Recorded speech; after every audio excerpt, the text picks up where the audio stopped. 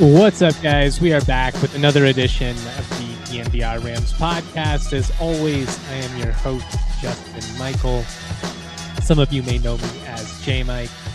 We've got a lot to dive into. I'm going to give out some observations from fall camp, talk about a couple of the guys who have made a positive early impression on me. Got the first scrimmage of fall camp coming up this weekend, so really should start heating up here in terms of how some of these position battles are going to play out. We should hopefully start to get an idea of what this team is truly going to be. Now, I don't feel like there's a ton of mysteries outside of the quarterback situation in terms of like what each position group is going to look like. It might still be a little up in the air in terms of this guy's going to get 60% of the reps, this guy's going to get 40 or vice versa, stuff like that. But just with no spring portal window, I do feel like a lot of what we were able to gather going back to the spring period is still fairly applicable. But we will definitely keep an eye on all of these things as they play out. I will give you guys as much information as possible. It's good. It's good to be back at practices. I was out there this morning for about an hour and a half. Good to, just have it be fresh in my mind and have some tangible stuff to talk about, which was getting kind of tough there. Late in July, I feel like we were running out of storylines, but we've got plenty to talk about. So we're going to jump into all of that. I'm going to go game by game. I'm going to try and predict the outcomes of every matchup for CSU football. I did this in my head. I did the exercise about 10 times trying to walk through every, various scenario. Well, what if they got hot here? If they lost here, how devastating would it be? Would it turn into, a slide or something like that? Obviously, it's all projection and hypotheticals. So, put as much weight as you want into all of this. But I do think we at least have somewhat of an idea of what these teams are going to be this fall. So we'll get into that. I'm going to do the first Pac-12 power ranking of the fall. We've been doing power rankings on this pod going back pre-COVID. I know it's kind of overblown at this point with all the social media accounts. I'm sure you'll see 800 various Pac-12 power rankings on all sorts of blogs and platforms and all that. I thought about going away from them, but I did have a couple of people who listened to the show for a long time that asked me to keep doing it. They said, it feels like it helps them kind of keep their pulse on the league, which was the idea of it in the first place. It will be a little bit different, though, than my projected order of finish, because I feel like the power ranking going into the season here, before we've actually played any downs, there are some teams that I think are deserving of respect based on what they did this past year. Other teams who I am higher on than maybe the consensus, but are still going to have to go out and prove it. Maybe I projected you higher in my order of finish, but I have you lower on my power ranking going into the year. There will be a little bit of disparity there. So I think you guys will enjoy it. I think it's going to be a fun show. If you're rocking live with us on YouTube and you wouldn't mind hitting thumbs up, say what's up in the Toyota chat. I certainly appreciate all of you guys making all of this possible. If you're listening later and you wouldn't mind, leaving a 5-star review on Spotify, Apple, wherever you get your content, I'd appreciate that as well. Kind of starting with the headlines here.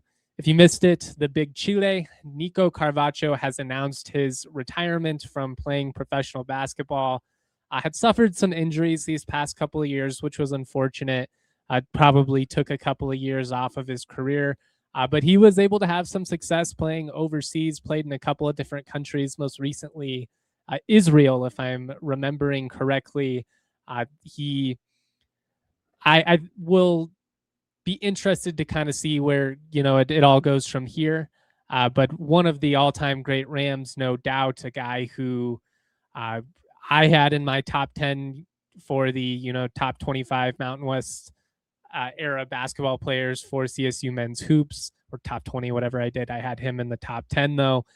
He was a really good dude, one of those key pillars that was important in the transition from the disastrous end of the U Stacy era to, what the program is now. Guys like him and even Chris Martin and just a couple of those other, vets that stuck it out and were able to provide a veteran presence for, Adam Thistlewood and Kendall Moore, and then, young David Roddy and Isaiah and all of those guys. They were really important and a big part of what allowed at least CSU to be respectable enough in some of those seasons. And it was pretty bad year one, but it could have been like a 4 or 5 win team had it not been for Nico Carvacho, one of the most prolific rebounders in Mountain West history.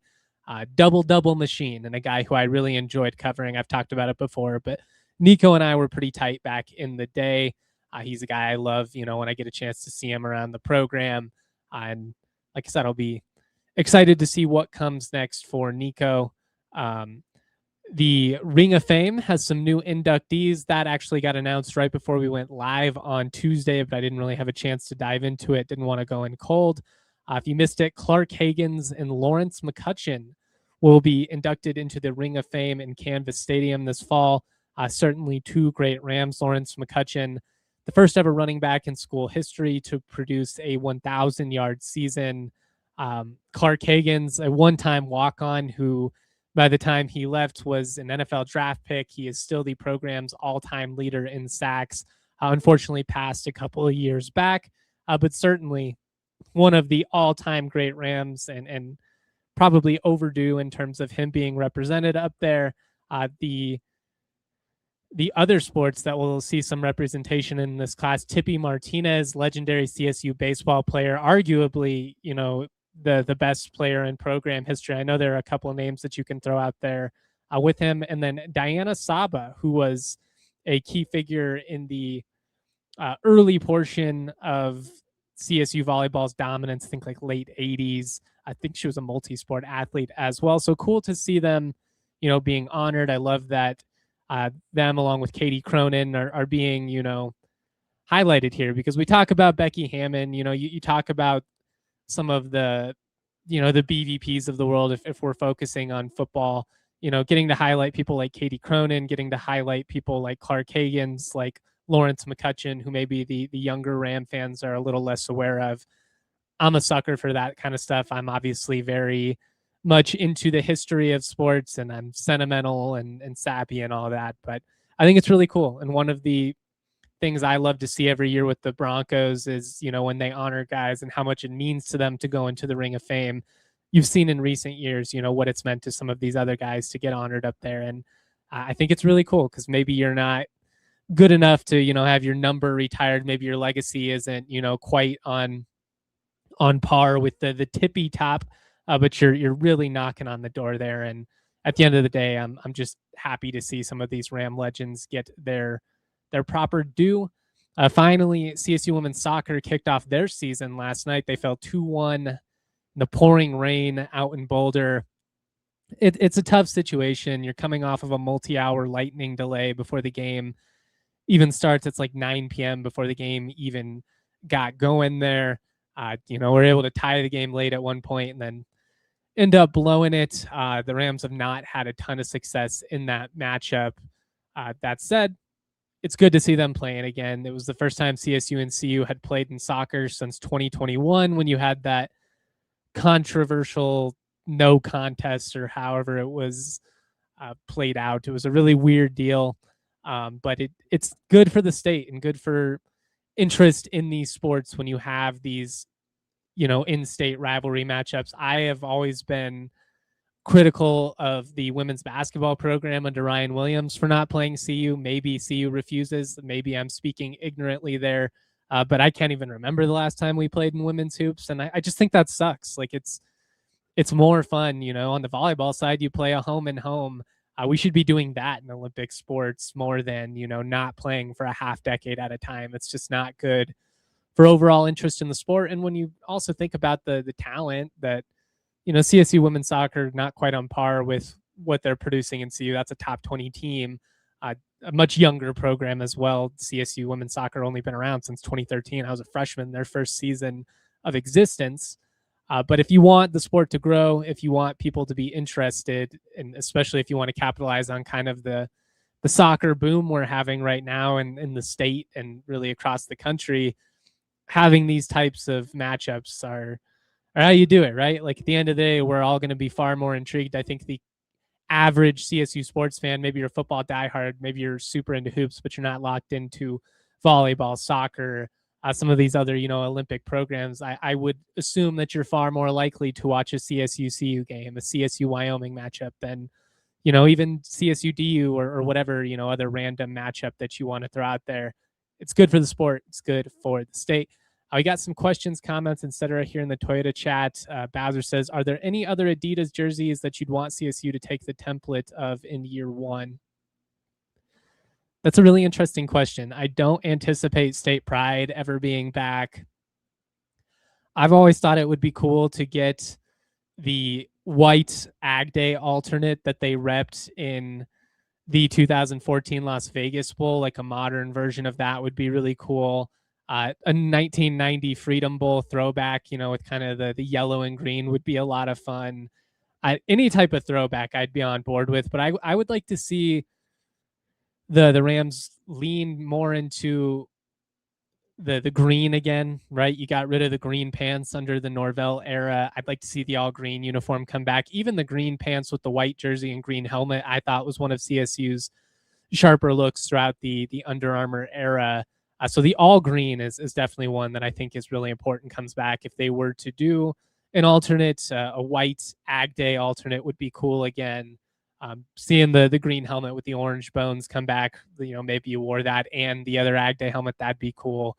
But I would expect that it's probably pretty basic out of the gate. He also have a comment from Bowser that says, anything but the huge Texas Tech lettering on the front. I don't think it'll be that, but I honestly don't know. And I've made it a point to say a few times now, but I think there's going to have to be some patience in year one because there's going to be some logistical hurdles. This deal with Adidas came together late. I don't think what we'll think, 4 or 5 years from now is necessarily going to be evident, in year one. I've said it a couple times. It might be a little bit underwhelming. It might not be perfect. Maybe it's a little bit off just because of the logistical hurdles. But I would imagine by year two, it should be in a really strong place. And I'm interested to see kind of where they go from there. Lamar says, I like those green and orange uniforms. I love the Ag Day colors. I felt like when they wore green pants with orange jerseys and green helmets, they legit looked like a pumpkin. It was overkill. White pants with the orange jersey and the green helmet, very sharp. They've since, done the white helmet with the kind of throwback, Aggie logo, which I also think is very, very cool. But the true pumpkin was a bit much for me, although even that was a step up. If you look at the first year or two that they rocked the Ag Day uniforms when it was just kind of, it was like kind of green and gold, but also some orange mixed in there. It was fugly initially, but they really have perfected the craft as the years have gone on, and it's become one of the cooler traditions and better things that we do, but also very swaggy as well. They look cool while doing it, which is good because it was just not the case early on. I've got a CSU stat of the day for you here.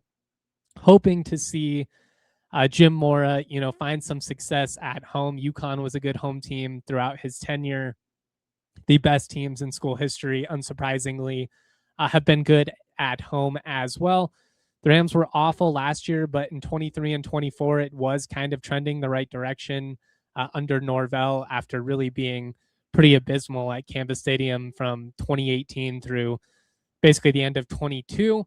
But since the opening of Hughes Stadium back in 1968, the Rams have only gone undefeated in their home slate 3 times. They did it in 1990 when the Rams, led by Earl Bruce, went on to win the program's first ever bowl game, a great Freedom Bowl win over the University of Oregon. That team went 6-0 at home. In 2000, the Rams went 5-0 at Hughes Stadium. And then in 2014, under Jim McElwain, CSU also went 6-0. It should be noted that the 2024 Rams did win 6 home games, but they went 6-1. And the one they lost would have been the game you would pretty much trade for all of the other ones with that abysmal, performance in the Rocky Mountain Showdown.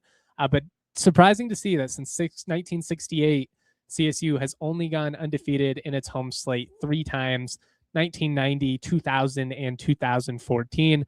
Probably not going to be the year for that. We'll get into it when we go, game by game through our predictions. It is a tough home slate, but I do have the Rams finishing 5-2 at home.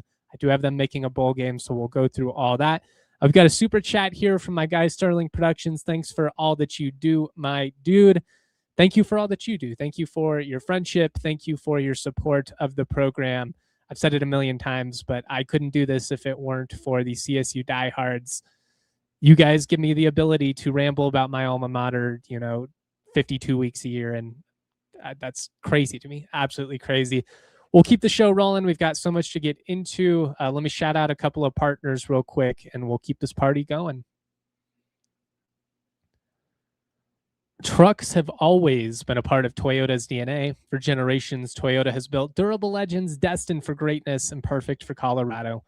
Whether you're conquering off-road trails, whether you're hauling the weight of the world, there's a Toyota truck that's just right for you. Check out the Tacoma. Check out the Land Cruiser.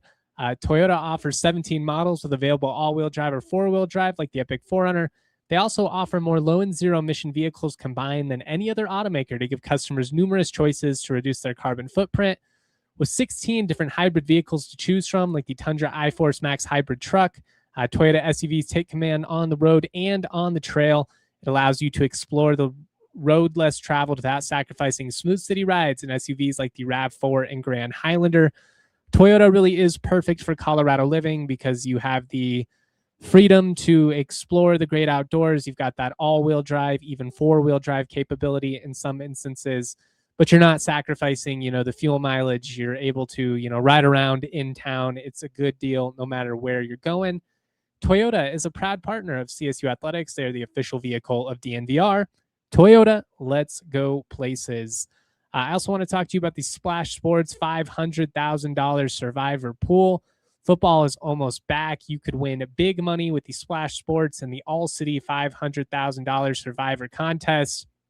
That's life-changing money, guys. I don't know about you, but I could use $500K, could pay off the student loans, get myself a new Toyota, get a little bit closer to paying off this house someday. We all know how Survivor contests work. You just pick the winner straight up each week. You can't use the same team twice. You make the right picks throughout the season to avoid being eliminated. This contest has a guaranteed $500,000 payout. Let me say it again, a guaranteed $500,000 payout. Sign up today so you're ready for week 1. Just go to thednvr.com/survivor.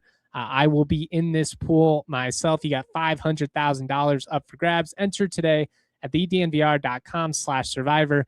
That's thednvr.com/survivor, sponsored by Splash Sports, a paid partnership, skills-based contest, not sports betting, open to U.S. residents 18 and up. Void where prohibited. Entry fee is $25. Rules at splashsports.com/allcity. Go check that out. A chance to win some moolah, chance to change your life. All right, like I said, we are going to go game by game, try and predict every matchup for CSU this season. I'm going to throw out a couple of observations from camp, some guys who have impressed me. We're also going to give the first Pac-12 power ranking of 2026, talk about kind of who is deserving of respect going in, who maybe is deserving of respect at the moment, but I'm still fading them in the long run. There's a little bit of nuance to that conversation. I can think that you're a program worthy of respect. Utah State's a good example of this. They're well coached. I think their floor is probably higher than some programs. I also just wonder how high their ceiling is. Anyways, there's a lot to get into. As we approach the border war, though, I thought it could be kind of fun, in the vein of CSU Stat of the Day. Remember that, Ram, some of the recurring stuff we've done in the off season. I thought it'd be kind of fun to go through some border war moments, just given that you've got the CSU Wyoming matchup week 1. So we're just going to give one per show. I'm going to go through some big wins, some big plays. Maybe we'll talk about the brawls in the late 70s, but we're just going to start with the most recent win. We've really fixated on the shortcomings of the Norvell era, and that's fair because, frankly, they didn't even come close to achieving what we anticipated after seeing what he was able to do at Nevada, after getting beaten down by some of those Nevada teams and experiencing it firsthand. But that 24 season, even if it was a little bit of a product of the schedule, even if in the end they still blew their chance to play for a conference title, there are plenty of things you can nitpick, and I'm trying to recognize all of that. They still won 8 games, which compared to where CSU's been at over the last decade, winning 8 games in a pair of rivalry matchups, it's just not really something we can turn our nose up at. We have not accomplished enough to be looking down on those types of years. At least in the modern era, Sunny is a different conversation. But November 15th, 2024, CSU hosts Wyoming in front of a crowd of 36,720. The Rams pull out a 24-10 victory. They are able to secure the bronze boot, pushed them to 7-2 on the year. I think people really do forget it was pretty fun there in October and November. Would have been more fun, obviously, had they played their way into the conference title, or had they not gotten their teeth kicked in by freaking Miami of Ohio in the Arizona Bowl, for God's sake. But again, first season with multiple rivalry wins since 2015, your first win over Air Force in the spring since 2002. You snapped a multi-year losing streak to Wyoming. But I think one of the big keys, and it likely will be once again, is jumping out to a quick start. When you look at especially the last 3 or 4 wins over Wyoming, all of them, the Rams jump out, score 14, 17 points early. This was no different. Led 14-0 at the end of the first quarter. It was 17-3 at halftime, but they had that fumble at the goal line, so it really could have been like 24-3. Left some meat on the bones, if we're being real. They outgained Wyo in yardage 446 to 237, rushed for 248 yards that game, but that was kind of classic CSU in a nutshell that whole season. They ran the ball really well between the 20s. Statistically speaking, racked up good rushing yardage totals, but in those key scenarios where it was like 3rd and 1, 4th and short in the red zone, and you had 2 instances of this, they really didn't run the ball all that effectively. You outgain them by over 200 yards. You get 250 yards on the ground against an offense which was just inept. You should have won this game probably by 3 or 4 scores, but still, again, we're not in a position to be getting too snooty. Braden Fowler-Nicolosi finished 14-17 for 192 yards, one of his more efficient performances. He had a passing touchdown to Tommy Maher, also had a receiving touchdown. Here is the video of them securing that boot, though. Nice little throwback that Ryan Green was able to capture. There haven't been a lot of fun moments in Canvas, man, and anytime you get to be on the sideline and witness them, run over and snatch the trophy, it truly is one of the coolest traditions in sports, and I love that. Like, I think we got another clip of them, dancing with the boot here. There's just has not been enough of that in the Canvas Stadium era, and it's one of the biggest trends that needs to change under Jim Mora. We can talk about that a little bit more when we get into the game-by-game predictions. I did want to just throw out a couple of practice notes before we jumped into that, before I forgot. I made it clear on Tuesday's show there are some very strict guidelines that I have to abide by if I don't want to lose access, not just for me, but really everybody. I can't be giving you daily injury updates and that type of stuff. I can't be going, basically with a notebook and saying, like, this guy was the ones, then he was with the twos, then he was with the ones. I will give a projected depth chart at some point before the season, and it'll probably be rooted in a lot of what I've seen, but I just have to be careful in terms of what I am reporting day to day. I don't want to lose that access. I know you guys want us to be able to be out there and provide some content, but got to play ball a little bit, or or you lose access, which is just the modern world. That I have my own gripes about access and the exclusivity of it these days. But that's a tangent for a different day. I have been a little bit down in terms of my projections for the receiving core. CSU for all those years under Bobo earned the nickname of wide receiver U, and it had to do with the talent that they were producing and developing and sending to the next level. Rashard Higgins is an easy example, one of the top 2 or 3 wide receivers to ever play in the Mountain West Conference. Gallup was obviously a stud, but even Joe Hansley, Olabisi Johnson was a 6th-round pick. Preston Williams was an undrafted free agent, but talent-wise, certainly on par with just about anybody that played the position in the history of the Mountain West. I don't think it's going to be a receiving core like that, 2016, 2017 group. I do think that there's potential, though. I think there's some young guys who have a chance to pop, some that were kind of next in line at UConn: Jackson Harper, Mekhi Johnson, Terrence Smith. Some of those, they've made some plays going back to the spring. I will say, though, RJ Vick and Javen Moore, at least in terms of their athleticism and playmaking ability, I do think have a chance to be some guys. Mosley is one of the more experienced receivers as well, coming over from Mississippi State. We saw plenty of him in the spring. I think, though, that if I had to bank on any of the veterans kind of being the leading receivers this year, RJ Vick has started to pop. Javen Moore, the JUCO transfer, is definitely someone who I think is going to be impactful for you. But Troy Foster, the true freshman out of California, just continues to make plays. And there's probably an element of confirmation bias. If I'm being 100% transparent, I was super high on him coming out of high school. He was one of the more important recruits, in my opinion, that Mora and co needed to hang on to from the Norvell class. He looks the part physically. He has since he showed up on campus day one. Like the kid's got tree trunk for calves. But he's always open and seems to catch everything. I've been at a couple of full padded practices now this week, and both days, I think both of them were from Haas, if I remember correctly, caught touchdowns of 50 plus yards. He looks the part, man. He's open, he's explosive, and he's just one of those kids that's so naturally athletic. I think you have to find ways to get him on the field. And if he keeps making plays the way that he has to this point, I think you're going to have no choice but to have him, be out there pretty steady. On the defensive side, some of the young guys, I've talked a lot about Thomas Cook and his speed. I just wonder about the depth in the secondary, if that leads to some of these young guys getting early chances. Jalen King at linebacker definitely, looks the part physically.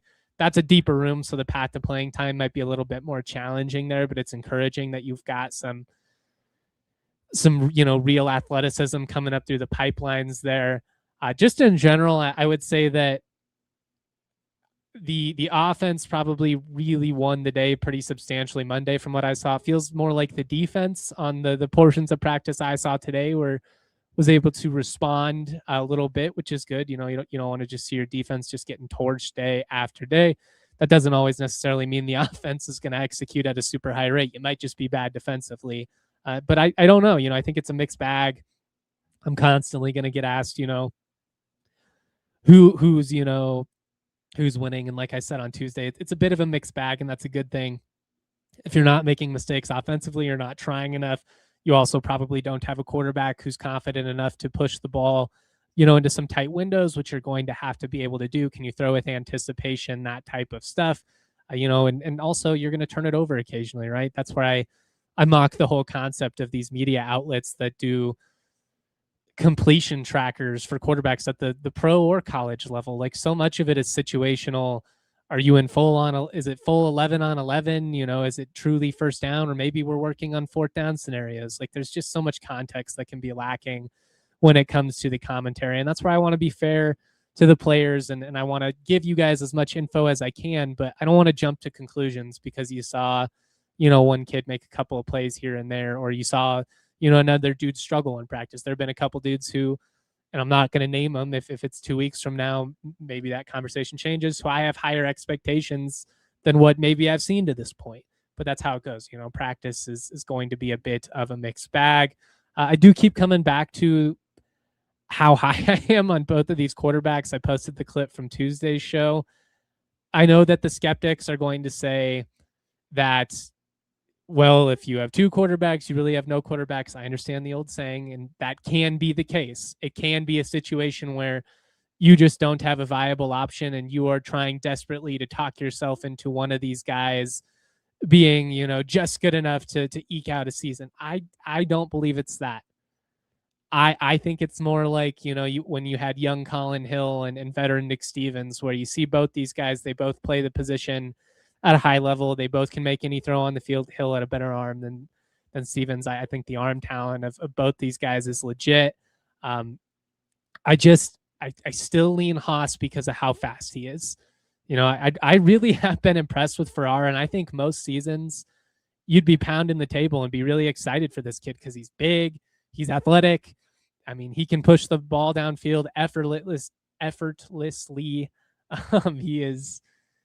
He's a solid option, and I think he's still firmly in the mix.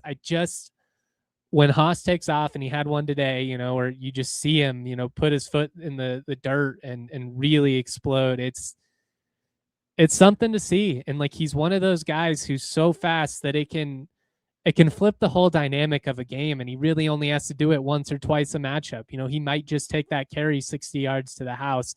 I think with the moving parts that you have this year, with so many new pieces, potentially questionable depth in the trenches, we'll see. I'm not saying I think the O-line is going to be bad. I just think it's a lot of new parts. Philip Ocon is really the only guy I've seen with, an extended sample size at this point. You're certainly bigger than you were a year ago, but that doesn't always mean anything. I just think that Haas's ability to potentially, take any touch to the house is hard to keep him on the sideline.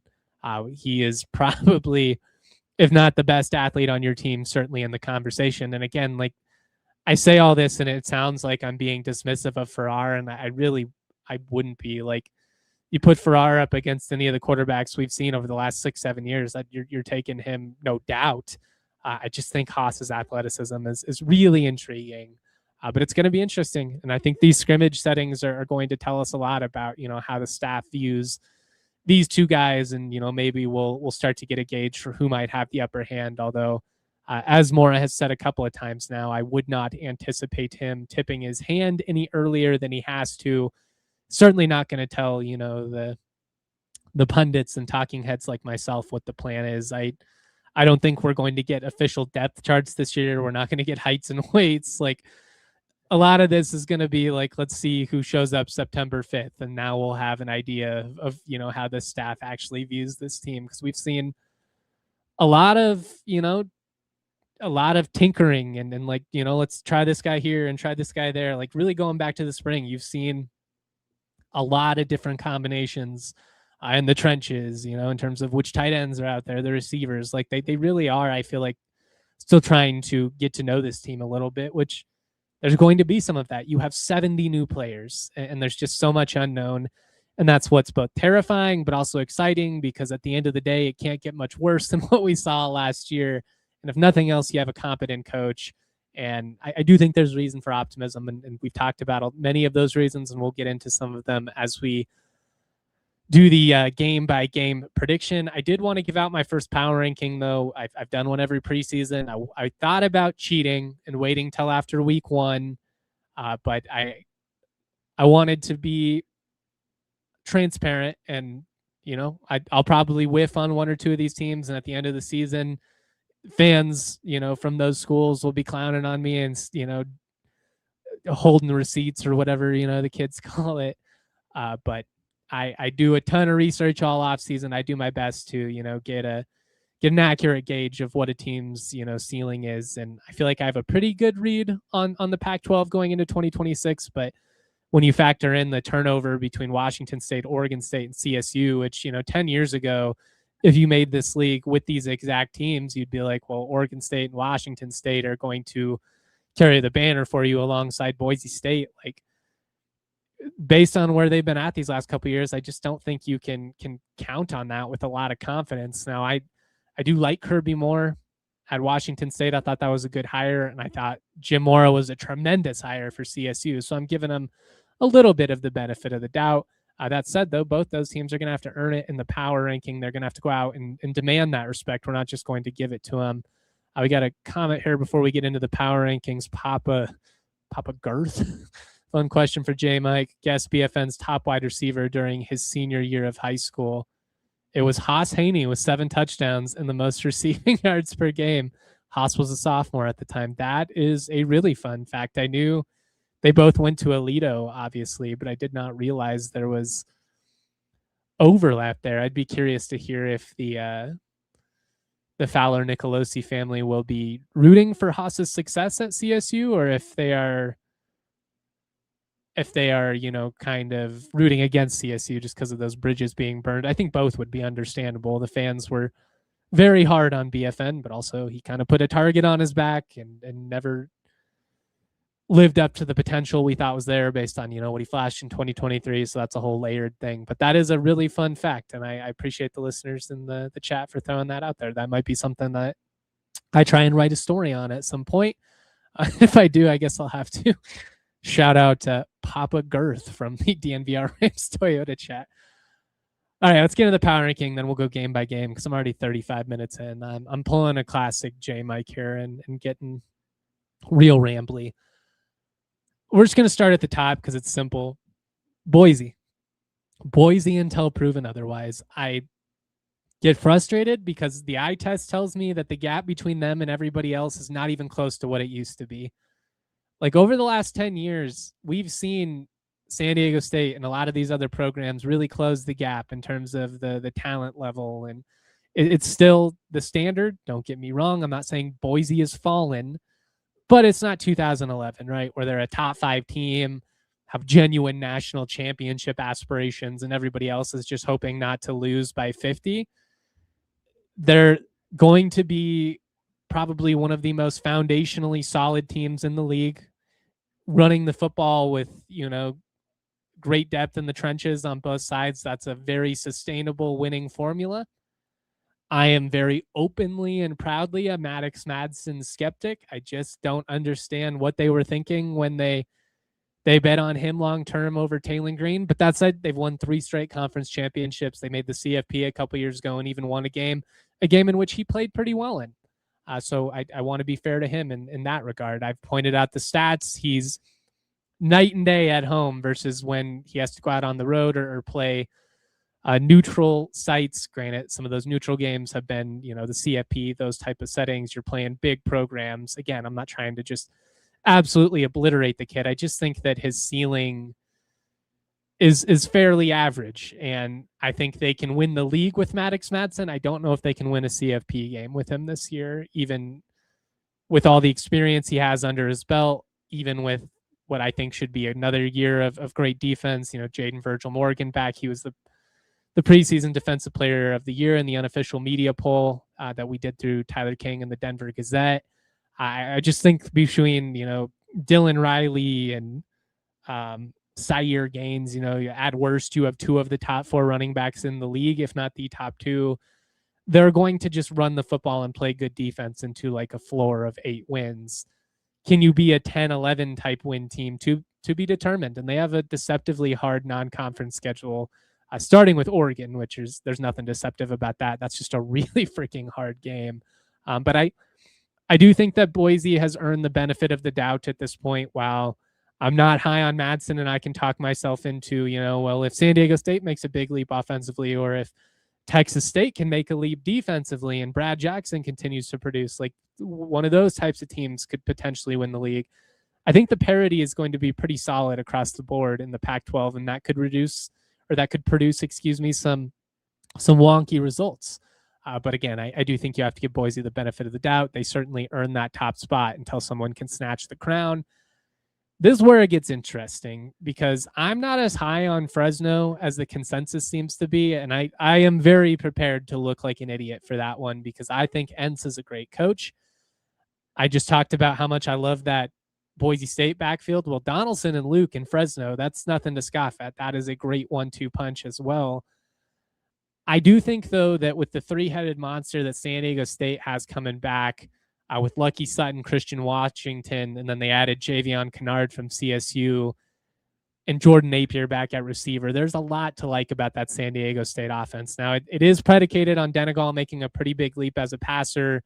We haven't really seen him be that guy with consistency. Shredded CSU last year, but I think I could have probably thrown a couple of touchdowns against that CSU defense that was out there in November with all the injuries that they had.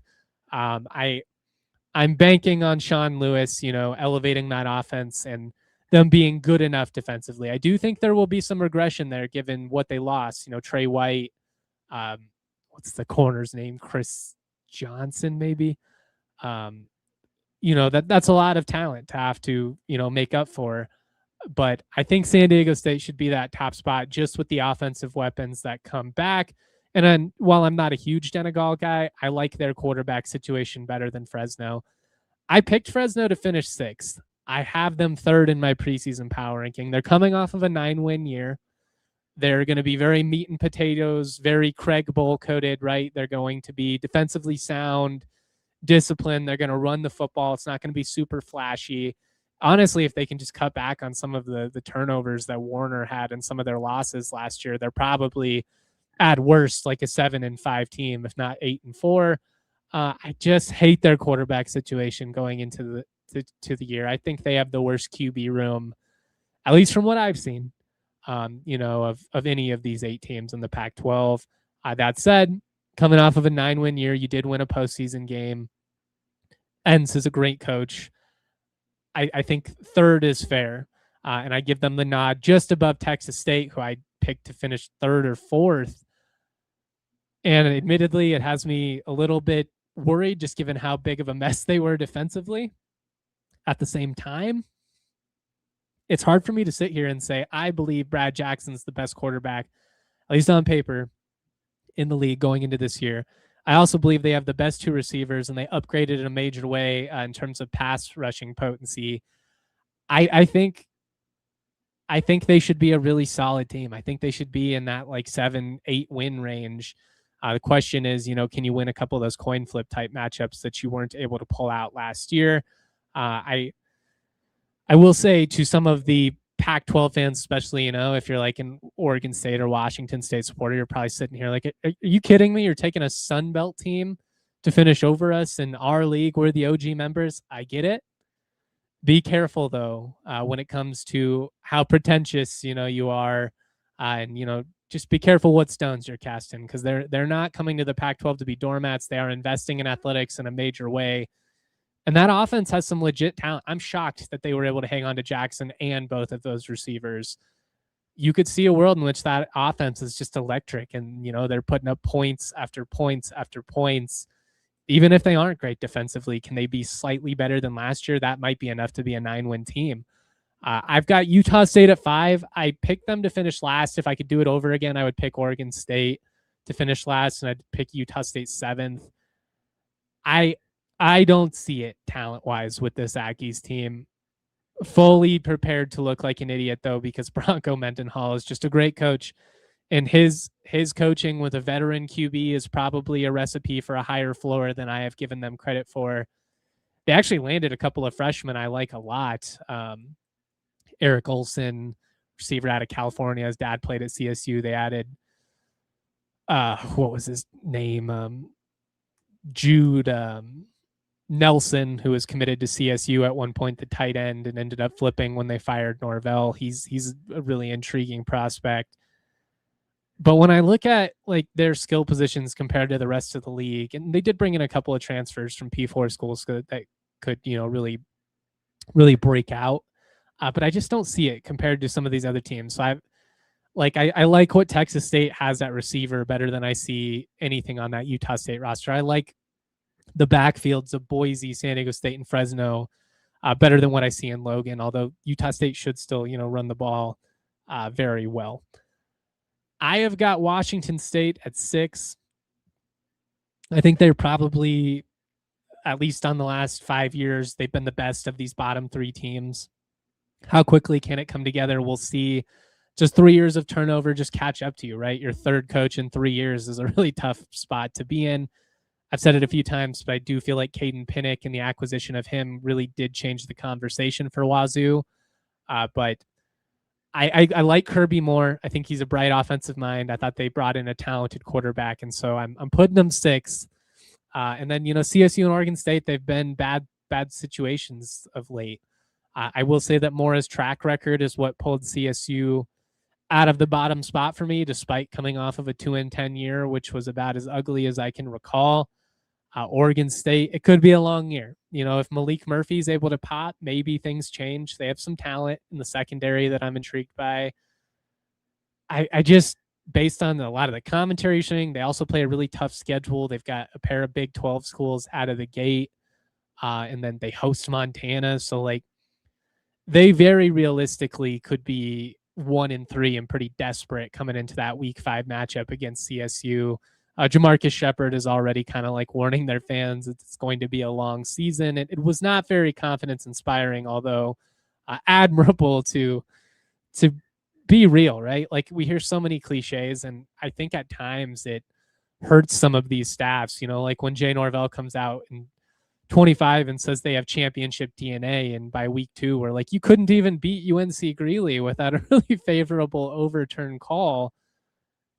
Those comments can really age like milk in the end. And if you exceed expectations for like, I know it doesn't exactly get the fans razzed up as saying we've got championship aspirations, but if you go in kind of tempering expectations only to exceed them, sometimes that can be a better spot than pulling what CSU did last year, which was talking all summer about how you've got a 3rd-year quarterback and all these vets, and there were so many injuries that worked against CSU, to be fair to all these guys. But when you say that type of stuff and then you bench your 3rd-year starter before you even make it to the league slate, and you fired your head coach before Halloween, again, those comments really come back to age in a pretty poor manner. That's where I'm at. I've got Boise 1, San Diego State 2, Fresno 3, Texas State 4, Utah State 5, Wazoo 6, CSU 7, Oregon State 8. That is my inaugural power ranking. That is different than my projected order of finish. I think CSU is going to finish 5th in the Pac-12. I don't think I can have them 5th in the power ranking because they haven't earned a damn thing yet. I think Fresno is maybe in for slight regression. I still think they'll be good coming off of a 9-win season, even though they got clobbered by CSU somehow. I think they're deserving of being one of those top 3 teams. Texas State, I'm high on. I picked them to finish top 3 in the league, but they are still a Sun Belt team. And as much as I like that talent on paper, can they be that same electric offense against elevated competition? You are going to play better defenses and better defenders in this Pac-12 than what you were facing in the Sun Belt week in and week out. It's going to be a really fun and interesting year for the Pac-12. I think you can talk yourself into making a case for a lot of these teams being in the mix. I do think Boise State, San Diego State, Texas State, in terms of offensive talent, at least that's proven. There are some guys that could branch out, but based on like proven commodities, probably in their own tier. But it's going to be really fun, and I think this league is going to be must see, week to week. And I think it'll be kind of one of those situations where you're like, wait, who beat who? Like, it wouldn't shock me if we have one of those every single week. And that could be bad for CFP. Like if you have so much cannibalization within your league that it prevents, your top team from getting to that 9-10, win threshold, that could be a bad spot if somebody like Memphis or UNLV or New Mexico or whoever is able to pop in a big way. But that's where I'm at. Pac-12 Power Ranking 1.0. We will update that after week 1. I don't think we'll do one until after week 1 because only 1 or 2 teams play week 0. But yeah, a lot of fun to be back into the flow of things here and get back into our routine. And, we're going to start having games to preview soon, which I can't wait. Speaking of which, I'm going to try and now project the outcome of every CSU football matchup this year. I did this exercise so many times last night that it honestly was embarrassing, but I didn't want to just go through it once and be content. I definitely went back and forth on 3 or 4 of these games. There's about 4 games that I've referred to as coin flip matchups, UTSA, Utah State, those types of games where you could truly see going either way. The history tends to lean a little bit more cynical in terms of talent on paper. You talk yourself into CSU being able to win that, but truth is you'll probably be somewhere in the middle. And that's kind of where I landed with a 7-5 finish, which would be, I think, phenomenal coming off of a 2-win year. Obviously there's a lot of context. If you win 7 games, but you blow the lead in 3 other winnable matchups, then it's going to fall a little bit flat.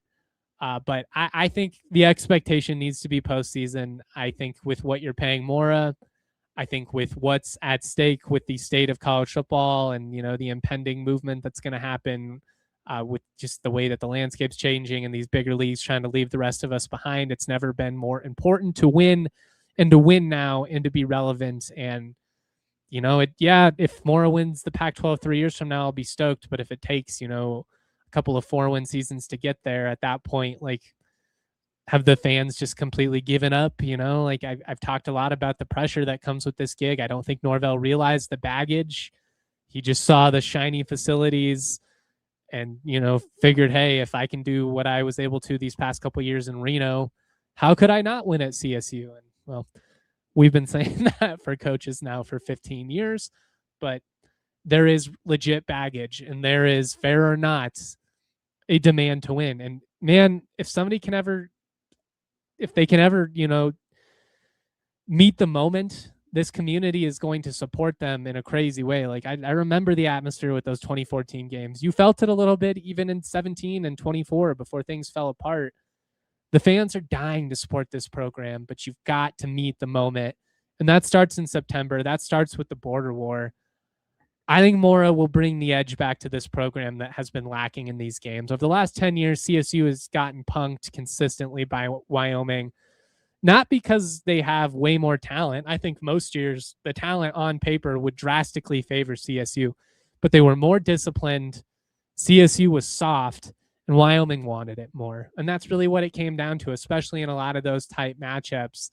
I think that we see CSU meet the moment in game 1 of the Mora era at home. It's certainly a must win, but I'm giving that one to Mora. He had success early on in his tenure at UConn, had success early on at UCLA.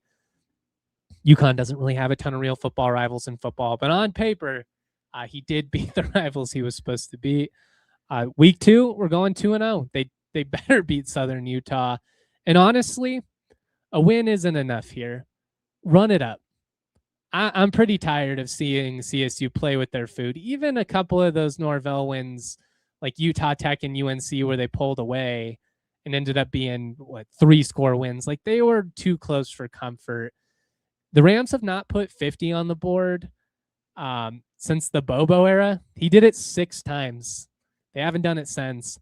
They've only scored 40-plus points 5 times since the start of 2018, or 4 times since the start of 2018. They did it 5 times in 2017 alone, so I kind of butchered that, so let me say it again. You haven't put 50 on the board since Bobo was coach. You've scored 40-plus points only 4 times after doing it 5 times in 2017 alone. Southern Utah has given up about 30 points per game in each of the last 2 seasons. I'm trying to be respectful. They've also been a team that scored a decent amount of points. They played a lot of shootouts. I want to see a 50 burger week 2. I want to see the Rams run it up. And that's not to be dismissive. I've talked a lot about there are good FCS teams that really you gain nothing from playing. You either win and do what you're supposed to, or you get crucified if you have the type of performance that CSU had against Greeley last year. But it is what it is, right? This shouldn't be a game.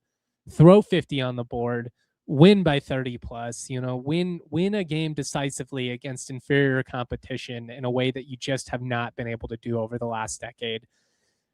2-0 start, fans are going to be feeling good. I will say this is where, a little bit of classic Ram life comes into play. I think you drop the next 2. I think you do lose to BYU at home. That's going to be the best team you play all year long. Honestly, can you just give me a competitive performance? Don't get embarrassed on CBS. Don't completely lay an egg like you did against Texas and CU. If you lose, can it be a tight game? If you win, probably a top 15 win. It would be your at least in terms of AP rankings, your best win in 2 decades. So it would be huge if you could pull it off. Talk about an incredible start. If you go 3-0 and beat BYU, now all of a sudden we are going to be talking about, maybe they could make a CFP run. Maybe they're this year's Cinderella. I'm not going to go on the record and say that happens. UTSA, I want to take CSU so bad. I do. It's a winnable game. I don't think you go in with your boots shaking. That said, Owen McCown being back for them is huge. They are a great team at home under Jeff Traylor. They are 33-5 since the start of 2020 at home under Jeff Traylor. That's an 8.68 winning percentage, 25-1 in league games. So some of their losses have been in non-conference play if you are trying to talk yourself into it. A win here would be bigger than you would get credit for. You go out and win that game on the road in the Alamo Dome. I know it's not, going into Tuscaloosa or something like that. But again, they are 33-5 at home since the start of 2020. That is a good program. They're well disciplined. They always have talent. You saw Robert Henry, torch the Rams all last season. Fortunately, he's gone. But I think 2-2 is a realistic start. It's a reasonable place to be at. Unfortunately, that's been like best case scenario for CSU since 2014. A 3-1 start would feed families, especially because I do think you come home and beat Oregon State. But I'm going to say 2-2 in September. It's not dreadful, right? It's not Green Day, wake me up when September ends. It's also not quite Earth, Wind, and Fire, But you start 3-2. You win your first Pac-12 matchup. You take down Oregon State at home. You've played them well. You don't have a huge sample size, but 2017 and then the double overtime game from a couple years back, I just think that Oregon State's got a tough start to the year, man. I talked about the Big 12 teams they play.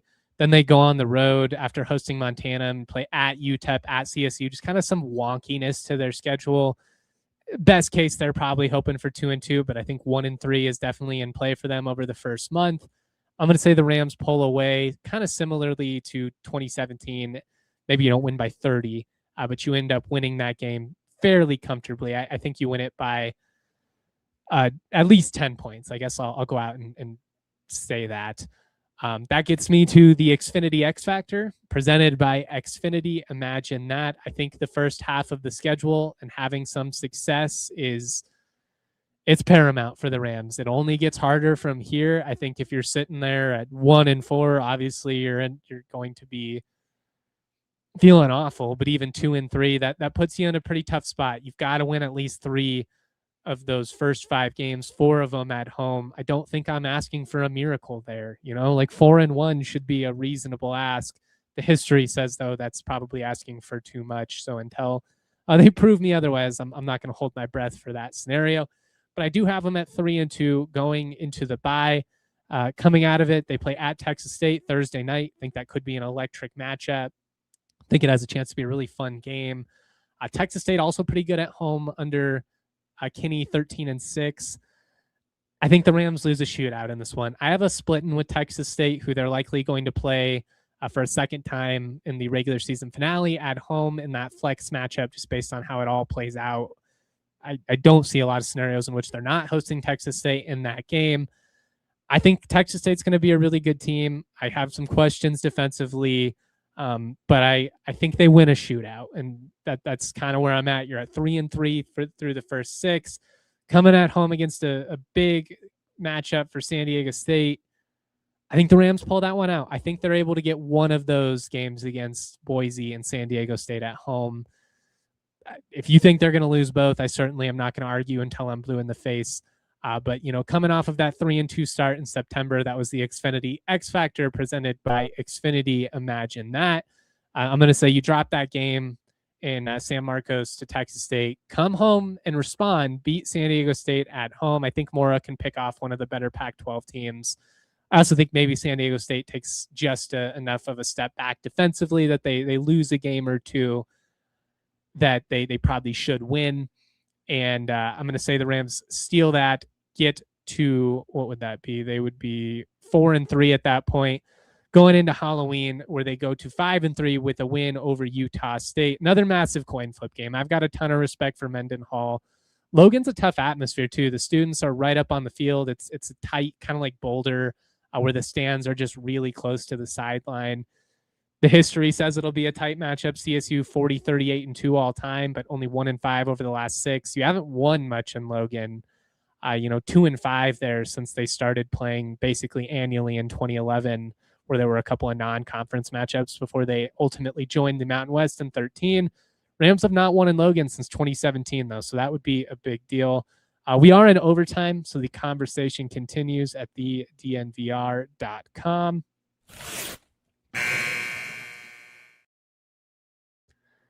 Week 10, I haven't fallen to Boise. I'd love to say they're able to pull it out, but you're riding high, right? The Rams starting to feel themselves a little bit, 5-3, maybe talking themselves into maybe we can, play our way into the conference title game. Reality sets in. A really good Boise team probably comes in, runs the football down our throats. They've always been a great humbler whenever CSU fans have been starting to feel themselves. I do think it'll be a good game, though. I don't think it's going to be one of those like Adazio debacles. I think it's more like a couple of the Bobo games. Mac played them tight in 13 and 14, something like that. Maybe you even put some points on the board, but just can't stop that running game, lose like 42-30, something like that. Going to Pullman, that's tough. The November slate is brutal, and it's why, again, I think you do have to be north of 500 through the first 5 weeks of the season, but I've got CSU losing to Washington State in Pullman. I think 500 is probably the realistic hope for the month of November. Sonny Lubick would have messed around and gone 3-1, maybe even 4-0, but I'm too worn down after the last decade to get crazy like that. Could be cold and wet that time of year. The matchups with Washington State post New Mexico Bowl have not been very, very fun for Ram fans. It's 8:30 kickoff, 7:30 local, I know, but it's really the only late start you have this year. I don't know. I just don't like the odds of going out on the road and winning potentially late night matchup in the cold rain against a team that is really unproven. And maybe I'm giving Wazoo too much of the benefit of the doubt given the turnover they've been through. But after, jumping to 5-3, I think you lose those next two.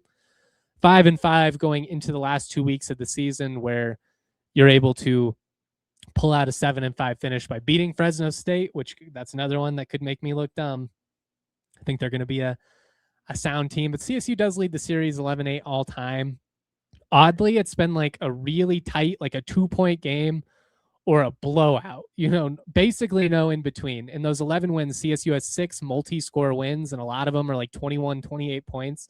The other 5 are all by less than a touchdown. So the history says you either have a really tight game or a blowout, and it's basically the same for Fresno as well. If you're curious about the history, Fresno won the first ever matchup 28-0 back in 1940. Sonny won the first 4 he coached against Fresno in the 90s, including one in 93. But the Bulldogs, and I've talked about this before, they actually took down some of the better CSU and CU teams of all time in the late 90s, early 2000. They beat the Rams in 99, 01, and 02. Those were some really good CSU teams. Fresno, like I said earlier, very Craig Bowl coded. They're going to be tough as hell every year. I just don't like their quarterback situation. That's really what it comes down to for me. That's my point of skepticism. And then week 13, 6-5, chance to, go 7-5, which would be very respectable. I think he pulls it out. I think Mora's too good of a coach to lose to the same team twice. He was 7-1 in November over the last 2 years, 11-5 in total at UConn. I would give the Rams a 5-2 home record. I talked about earlier, they've only gone undefeated at home 3 times since 68. A 5-2 home record with this slate very much would be great, especially if, you got to get the border war win. I think if you can pull one of those BYU, San Diego State, Boise State type wins, you're going to earn a little bit of style points in a way that'll resonate more than, like if you beat whoever it is, any of these other teams, Oregon State even. Yes, it's a Pac-12 win. Yes, you want to win the first Pac-12 game. But I don't think any of us are really viewing them as a contender. I'd like to see them earn some style points there. I've got them finishing 7-5. I think their floor is 4-8. I think their ceiling is probably best case 9-3. Even if you talk yourself into, them winning that UTSA game and some of those tight ones, just hard to see them, beating all of, Boise, San Diego State, BYU, going to Fresno and Washington State. You're going to drop a couple of those games, but I think if you're the most optimistic, fan around, you could probably talk yourself into 9-3. 500 is probably about where they finish. I think Kevin and I kind of view them pretty similarly. I had them finishing 5th in the league. He had them finishing 6th. Both of us think that they're a postseason team. Both of us think there are 4 or 5 games that really flip your season one way or the other. And Wyoming, UTSA, Utah State, and those road trips to Fresno and Wazoo, I think you probably got to steal one of them. Those feel like the big coin flip matchups one way or another that kind of dictate, are you a 7-5 to 9-3 team, or are you more like a 4-8 to 5-7 type team? I can't wait though. I cannot wait. I'm stoked to have football back. I'm stoked to finally be close to the season. It was a long summer. When your off season basically starts in October of last fall, it's been a long one. It reminded me a little bit of COVID, where it was just like, God, when was the last time we had a legit game to talk about? Like, I know they technically played some of those matchups down the stretch, but I don't think Ram fans were very invested, come November. Anyways, I'm not going to do a whole rant on this because we've already gone 5 minutes long. I am going to take 2 seconds to say how I feel about PSLs, which are personal seat licenses, very likely going to be implemented for the new Broncos stadium, probably going to price me out of tickets. My grandpa had been sitting there since the 70s. I took him over about 5 years ago. I am a biased Broncos fan. I am talking about this from a point of privilege. I was so fortunate that my grandpa got those tickets when he did, and that I've been able to sit in the same seat, from when I was 6 years old, my first Broncos game in 2001, to, taking them over with my cousin a couple of years ago. We have lost the plot when it comes to sports and greed. Whether you look at realignment, whether you look at, Jaden Daniels and being a diva with his number thing, like we used to view as sports as something greater than ourselves, and it's become such big business, and we're just so used to the experience being worse and worse year after year. You need 1,400 streaming services to keep up with your local team. It's going to cost you thousands and thousands of dollars to be able to go to these games. They have just made it so inaccessible to the everyday, blue collar working man, and I'm just sick of it. And honestly, I'm so disappointed by the local Denver media scene, which have basically, out of fear of retaliation, been total bootlickers when it comes to this. And it's going to be such a pretty facility, and it's going to be so great. For who? For the corporations that are going to buy up all these seats, and you get these people who are snarky. Yes, I am obviously biased because my family has tickets that we could lose, tickets that have meant a lot to me for 25 plus years. Yes, I am biased. But if you truly, with a straight face, are going to look at me and say, this is going to present an opportunity for these thousands of people who have been on the wait list to all of a sudden have access to these tickets, dude, you're out of your damn mind. They're going to go to corporations. Look at all of these new stadiums of the last 5 years. Look how stale their environments are. You want it to be Los Angeles? You want it to be the Rams and Chargers stadium? You want it to be, Vegas, where the opposing fans, they buy all the tickets up on the secondary market because none of these corporations show up. I just can't believe that everybody has so willingly taken it on the chin when it comes to this PSL stuff. And I just think we've lost track of like sports and what they mean to these communities. And I understand that if you spend billions of dollars on a team, you get to make whatever decisions you want.